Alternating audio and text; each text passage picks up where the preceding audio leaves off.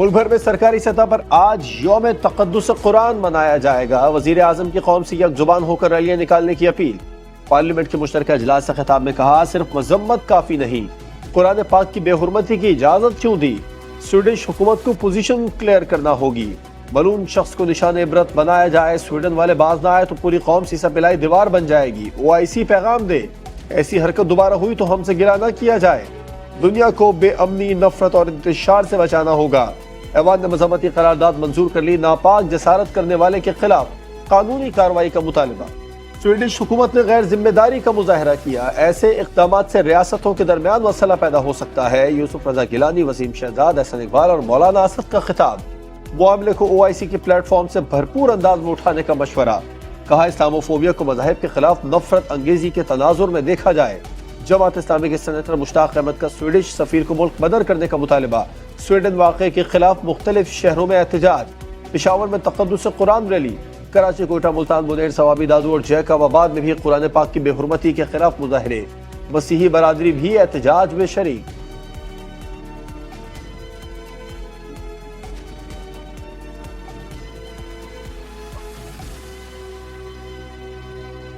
نواز شریف کو سیاسی انتقام کا نشانہ بنایا گیا۔ سابق حکومت نے ان کا کیریئر تباہ کرنے کے لیے نیب کو ریفرنس پر مجبور کیا۔ اشتہاری قرار دینے کی کارروائی قانون کے مطابق نہیں۔ احتساب عدالت کا لیگی قائد کو پلاٹ الاٹمنٹ ریفرنس سے بری کرنے کا تحریری فیصلہ جاری۔ نیب اور ریونیو بورڈ کو جائیداد غیر منجمد کرنے کا حکم۔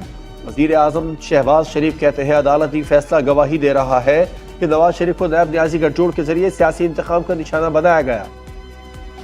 IMF پروگرام مٹھائی نہیں مجبوری، پاکستان ڈیفالٹ کرنے کی دعائیں کرنے والوں کو منہ کی کھانا پڑی۔ وزیر اعظم شہباز شریف کہتے ہیں ماضی کی غلطیوں سے سبق حاصل کر کے آگے بڑھنا ہوگا۔ وہ وقت آئے گا جب پاکستان دوسروں کو قرضے دے گا۔ تورغر میں دانش اسکول بنانے کا اعلان۔ تورغر منیر شاہراہ، منیر سرنگ اور پل کا سنگ بنیاد بھی رکھ دیا۔ منصوبہ 3 کے بجائے 1 سال میں مکمل کرنے کی ہدایت۔ پنجاب میں بارشوں سے تباہی، 2 روز میں مختلف حادثات، 17 افراد جاں بحق، 49 زخمی۔ لاہور کی چنگی امر سدھو میں مکان کی چھت گرنے سے 4 افراد جاں بحق۔ کاموکی میں بوسیدہ مکان منہدم، ماں اور 2 بیٹیاں دم توڑ گئیں۔ شرقپور میں کرنٹ لگنے سے دادا اور پوتا، رنالہ خرد میں بچہ جاں بحق۔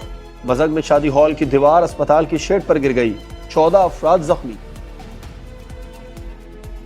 شانگلہ کے علاقے مارتونگ میں پہاڑی تودا گرنے کا المناک واقعہ، 8 بچے جاں بحق، 1 کو زندہ بچا لیا گیا۔ ریسکیو آپریشن مکمل۔ جاں بحق بچوں کی عمریں 6 سے 14 سال کے درمیان تھی۔ کراچی کے مختلف علاقوں میں ہلکی بارش، آج بادل جم کر برسنے کا امکان۔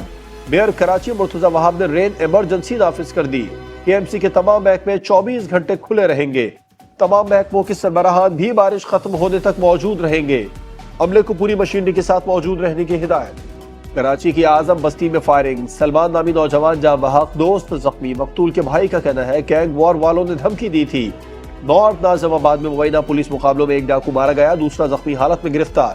کورنگی اور قصبہ کالونی میں فائرنگ سے 2 نوجوان زخمی۔ عشگاہ کو سیل کر کے پستول قبضے میں لے لیا۔ عالمگیر ترین کا خط منظر عام پر آ گیا، بیماری سے پریشانی کا ذکر۔ خط فورنزک کے لیے لیب بھیج دیا گیا۔ پوسٹ مارٹم مکمل۔ عالمگیر ترین کی نماز جنازہ ادا کر دی گئی، جہانگیر ترین اور دیگر کی شرکت۔ جنوب مغربی لندن کے پرائمری اسکول میں تیز رفتار گاڑی گھس گئی، حادثے میں 8 سال کی بچی ہلاک جبکہ 16 افراد زخمی ہو گئے۔ میٹروپولیٹن پولیس کا کہنا ہے واقعہ دہشت گردی نہیں، 40 سال کی خاتون ڈرائیور کو حراست میں لے لیا گیا۔ ورلڈ کپ کھیلنے جا رہے ہیں، صرف بھارت یا کسی ایک میچ پر فوکس نہیں ہوگا۔ کپتان بابر اعظم کی پریس کانفرنس، دورہ سری لنکا کے لیے سرفراز احمد پہلی چوائس قرار۔ کہا PCB میں تبدیلیوں سے مجھے یا ٹیم کو پریشانی نہیں، ساری توجہ کرکٹ پر مرکوز ہے۔ خیبر میں آپریشن کے دوران شہید ہونے والے میجر میاں عبداللہ شاہ کی نماز جنازہ کوہاٹ میں ادا کر دی گئی۔ میران شاہ میں شہید ہونے والے صاحب خان کو میاں والی، محمد ابراہیم کو ڈیرہ اسماعیل خان اور جہانگیر خان کو مردان میں سپرد خاک کر دیا گیا۔ حوالدہ لالک جان کے 24ویں یوم شہادت پر فوجی قیادت کا خراج عقیدت۔ اور ذکا اشرف نے PCB مینجمنٹ کمیٹی کے نئے سربراہ کی حیثیت سے چارج سنبھال لیا۔ ICC اجلاس میں شرکت کے لیے کل جنوبی افریقہ روانہ ہوں گے۔ سابق ٹیسٹ کرکٹر محمد حفیظ کو چیف سلیکٹر کے عہدے کی پیشکش۔ نئے سیٹ اپ میں یونس خان، سلیم یوسف اور محسن خان کو بھی ذمہ داریاں ملنے کا امکان۔